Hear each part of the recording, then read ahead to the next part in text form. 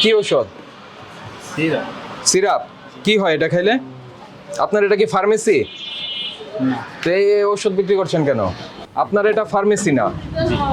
আপনি কোনো ঔষধ এই জাতীয় জিনিসপত্র বিক্রি করতে পারবেন না। কথা বুঝতে পেরেছেন? এগুলি সব নামায় ফেলেন। এগুলো আরো আছে নাকি আপনাদের কাছে?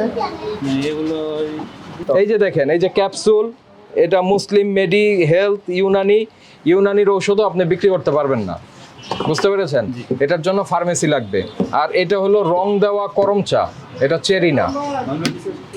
আপনি এই জাতীয় জিনিসপত্র এখানে রেখে বিক্রি করতে পারবেন না। এগুলি সব সরাই ফেলেন। হাইড্রোজ আছে না? হাইড্রোজটা বের করেন, একটু দেখাই। আছে আছে।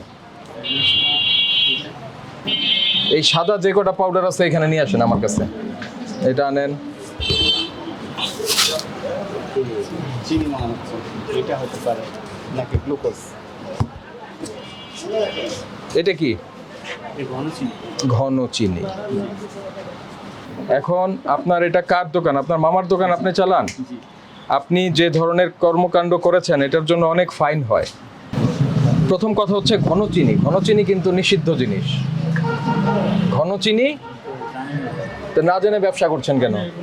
আপনি এখন জানলেন তো এগুলো বিক্রি করবেন না, ঠিক আছে? এগুলো দণ্ডনীয় অপরাধ এবং এইসব ওষুধ অবশ্যই বিক্রি করা যাবে না। বুঝতে পারছেন? লাইসেন্স থাকলেও এগুলো বিক্রি করা যাবে না। আপনার অপরাধ হয়েছে, বুঝতে পারছেন? আপনি যে জানেন না এটাও একটা অপরাধ। আপনাকে আমরা সুযোগ দিচ্ছি, আপনারা এগুলো সংশোধিত হবেন, ঠিক আছে? আজকে আপনাকে সতর্ক করে 10,000 টাকা জরিমানা করছি। জরিমানাটা পরিশোধ করবেন এবং এগুলো সব ডিস্ট্রয় করে ফেলে দিবেন। আর কখনো এগুলো দোকানে উঠাবেন না, আর কি বিক্রি করবেন না।